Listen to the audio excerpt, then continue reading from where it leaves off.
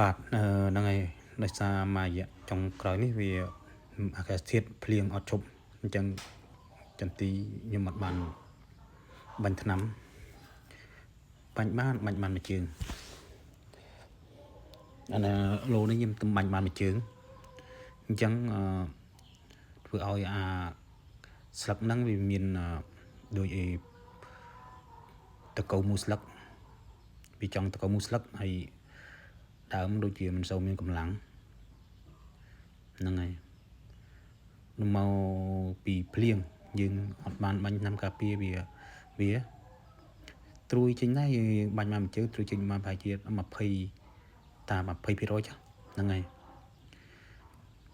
ព្រោះយើងចុះគ្រឿងចាក់បាញ់អត់បានហើយដីណាមួយដីយើងទំនាប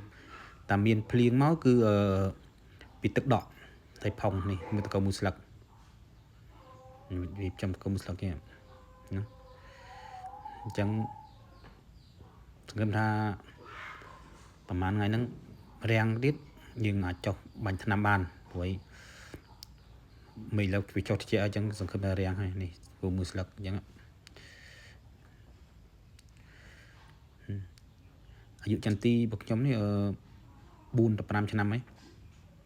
តែសាក់ដីតានេះវាមិនសូវលូតលាស់ល្អដូចគេនេះមើលស្លឹកមកមុនហៀងរួញអញ្ចឹង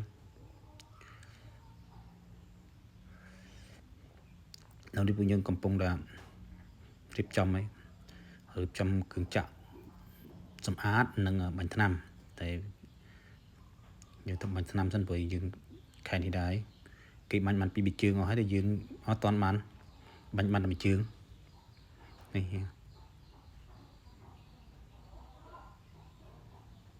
ះព្រោះដីវាធំហងវាច្រើនដែរអញ្ចឹងយើងធ្វើអត់តាន់អញ្ចឹងឆ្នាំនេះមានសម្រុកហើយ